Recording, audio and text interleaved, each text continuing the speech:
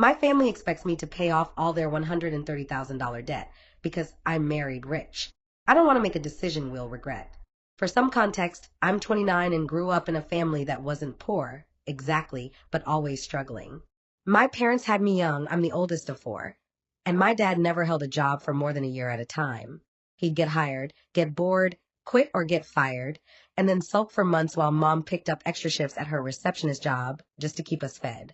But even with money being tight, they had this entitlement. They bought a brand new SUV when the old one still ran fine. My dad smoked 2 packs a day and drank like we had a vineyard in the backyard. Birthdays and Christmases were massive, gaudy affairs even when bills were overdue. I remember being 10 and overhearing my mom crying on the phone about the electricity being shut off. The very next day, she came home with a new designer handbag because it was on sale. As the oldest, I got used to being the responsible one. I walked my siblings to school, helped with homework, learned how to cook at 13 because mom was too tired. And when I turned 16, I got my first job at a diner, not to save for college, but to help pay for groceries and my siblings' field trips. I didn't resent them. Not then. I thought that's just what family does. But there was this one memory I can't shake. I was 17, sitting in the guidance counselor's office, trying to figure out how to apply for scholarships because I knew my parents couldn't help. I had the grades, the volunteer hours, everything. Then my mom called me on my flip phone. Hey, don't bother applying. We need you to keep working after high school. Your brother needs braces, and your sister's cheer camp isn't cheap. College can wait. I remember staring at the wall while she talked. I didn't even cry. I just said, okay. Because what else could I say? Fast forward. I didn't go to college right away. I worked retail, then an office job, then bartended nights to make more money. My parents never stopped asking for help. Car broke down? Can you lend us $500? Little brother flunked a class? Can you pay for a tutor? Mom wants to redecorate the living room.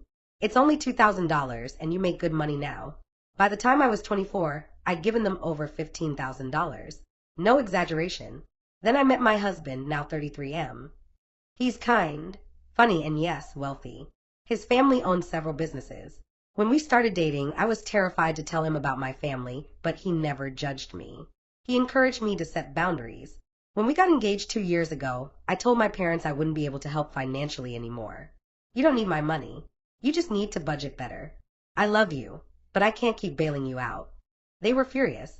My mom cried and told me I was abandoning them. My dad didn't speak to me for months. Now we're married.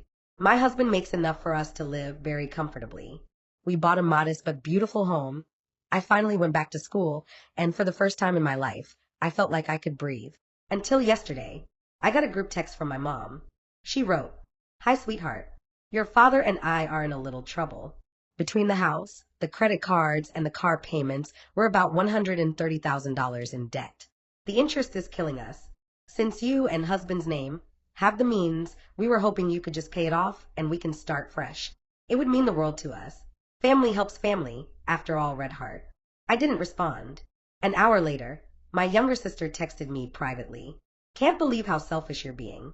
You're sitting on all that money while mom and dad drown? Gross. I wouldn't be surprised if you're the reason mom's blood pressure is so high." Then my aunt piled on. She left me a voicemail saying I'm the ungrateful child who forgot who raised me. I sat on the kitchen floor and sobbed until my chest hurt. I want to scream at them. To tell them how many nights I went without dinner so my siblings could eat. How I walked to work in the rain because dad needed the car. How I spent my entire teenage years parenting my siblings while mom scrolled Facebook in her pajamas. But all that would do is make me the villain in their story.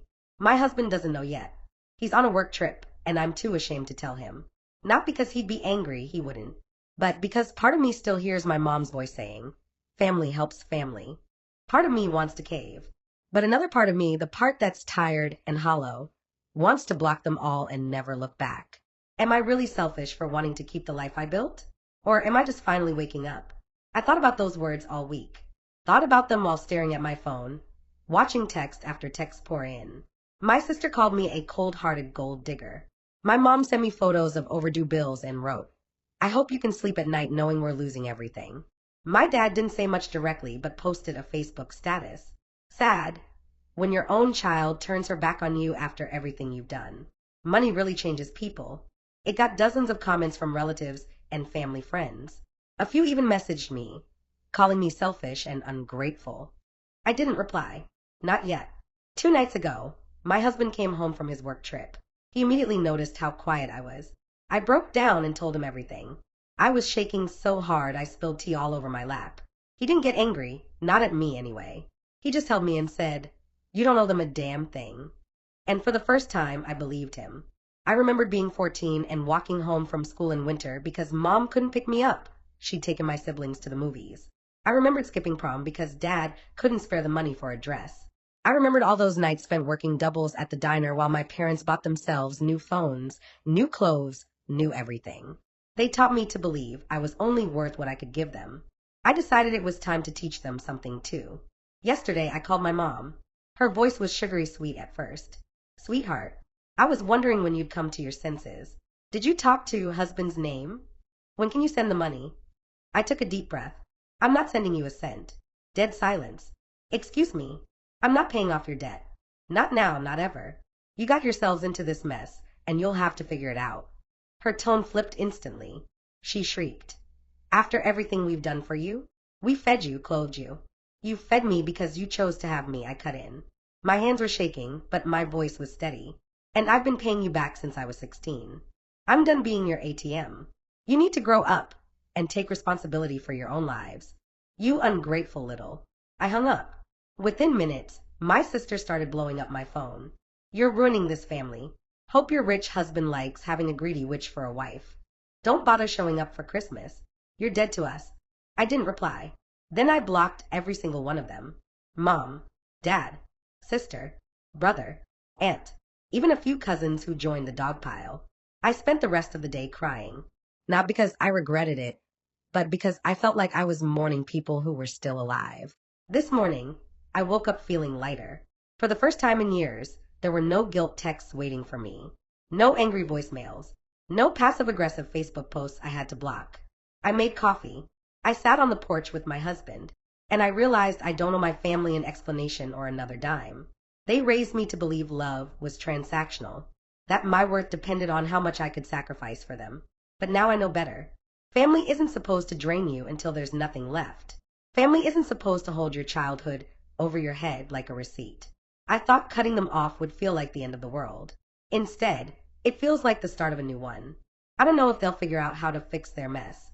I don't know if they'll ever try to apologize. But I do know this. I'm never going back.